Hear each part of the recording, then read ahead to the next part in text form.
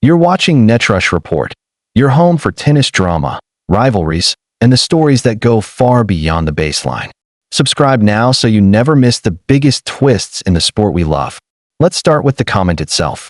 When Patrick Mouratoglou, the man who coached Serena Williams through a decade of dominance, who has worked with stars like Stefanos Tsitsipas, Coco Gauff, and Simona Halep, says Novak Djokovic is not here anymore, he isn't talking about physical presence. He's talking about drive, about fire, about hunger. And this is where it gets uncomfortable, because Mouratoglou isn't wrong. Since the beginning of the 2024 season, Djokovic has only managed 2 titles. Yes, he stood tall at the Paris Olympics last year, delivering one of the most emotional triumphs of his career. Yes, he picked up the Geneva Open in 2025. But outside of those, it has been drought, heartbreak, and familiar defeats at the hands of the new generation. At the Australian Open, French Open, Wimbledon, and US Open of 2025, Novak Djokovic reached the semifinals in all 4. That's consistency most players would dream of. But for Djokovic, that's a shadow of the man who once strung together Grand Slam after Grand Slam, who once held all 4 majors at the same time, who once turned Rod Laver's impossible achievement into reality in the modern era. The problem isn't that he's not going deep. It's that when he gets there, he's not finishing. At the Australian Open, Jannik Sinner outlasted him. At Wimbledon, Carlos Alcaraz overwhelmed him. At the US Open, the Spaniard again delivered the final blow, leaving Djokovic looking not just beaten but resigned. Resigned. That's the word. And Djokovic himself almost admitted it. After his US Open semifinal loss to Alcaraz this year, he confessed that breaking through against the Spaniard and Sinner might be impossible at this stage of his career. Not because of talent, but because of the sheer physicality they bring, the intensity, the speed, the level that simply outpaces his 38-year-old body. Mouratoglou believes this isn't just about age.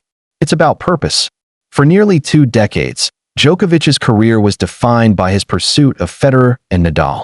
Federer, the artist. Nadal, the warrior. Together, they set the standard, 20, then 21, then 22 majors. Every time Djokovic stepped on a court, he was chasing them. Every time he won, he inched closer to immortality. But now, Federer is gone. Nadal has stepped away, likely for good. The race is over. Djokovic already won it. 24 Grand Slams, the most in history. More weeks at world number 1 than anyone else. The greatest statistical resume men's tennis has ever seen. So what is he chasing now? For Mouratoglou, the answer is simple: nothing. Djokovic, he argues, is continuing because he wants to connect with fans, to soften the narrative that painted him as the villain while Federer and Nadal were adored. Now, with them gone, he finally has the stage to himself. But ironically, without them, the hunger that once fueled him has vanished. And when Mouratoglou says Novak Djokovic is not here anymore, that's what he means. The fire that once burned with every Federer forehand and Nadal fist pump has gone out. Djokovic isn't chasing history anymore, because he already owns it. Here's the paradox. Djokovic has achieved everything. But in doing so, he may have lost the one thing that made him unstoppable, his need to prove everyone wrong. Think back to the early days of Djokovic's rise. He was the outsider, the disruptor, the man who crashed the Federer-Nadal party. Fans didn't want him there. Crowds booed him, cheered his double faults, even celebrated when he stumbled. And Djokovic thrived on it. The hostility fueled him. He turned disrespect into fuel, doubt into dominance. But now, there's nothing left to chase, nothing left to prove. And in that void, Carlos Alcaraz and Jannik Sinner have taken over. They are what Federer and Nadal once were to him: young, relentless, and fearless. Except this time, Djokovic is the one being hunted. To understand where Djokovic is right now, let's break down the last 2 seasons. 2024 Australian Open, Djokovic makes the semifinals, but Sinner's athleticism is too much.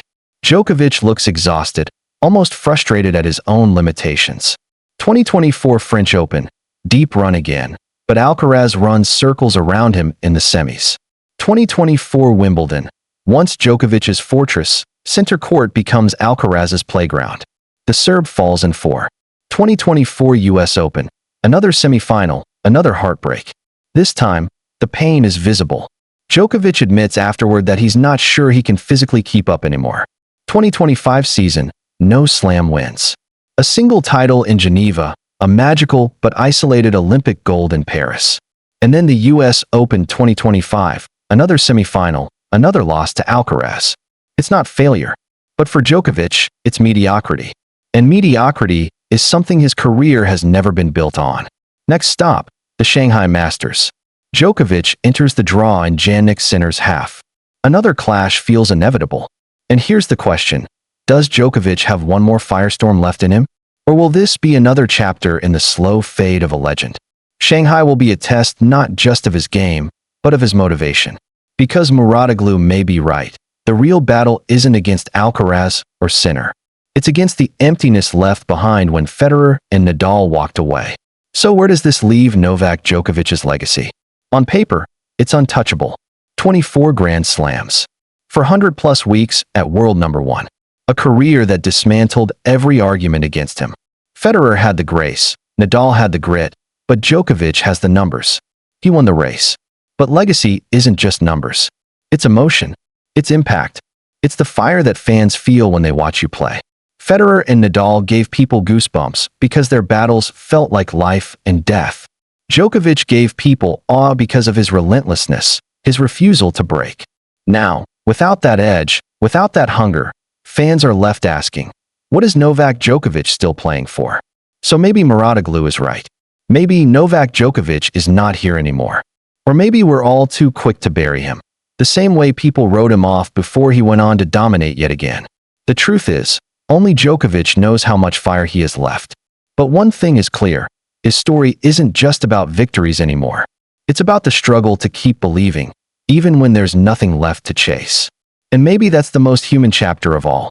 You've been watching Netrush Report, the home of tennis drama, rivalries, and stories that cut deeper than the final score. If you live for the intensity, the heartbreaks, and the legends in the making, make sure to subscribe and join the rush. Because the Djokovic story, it's far from over.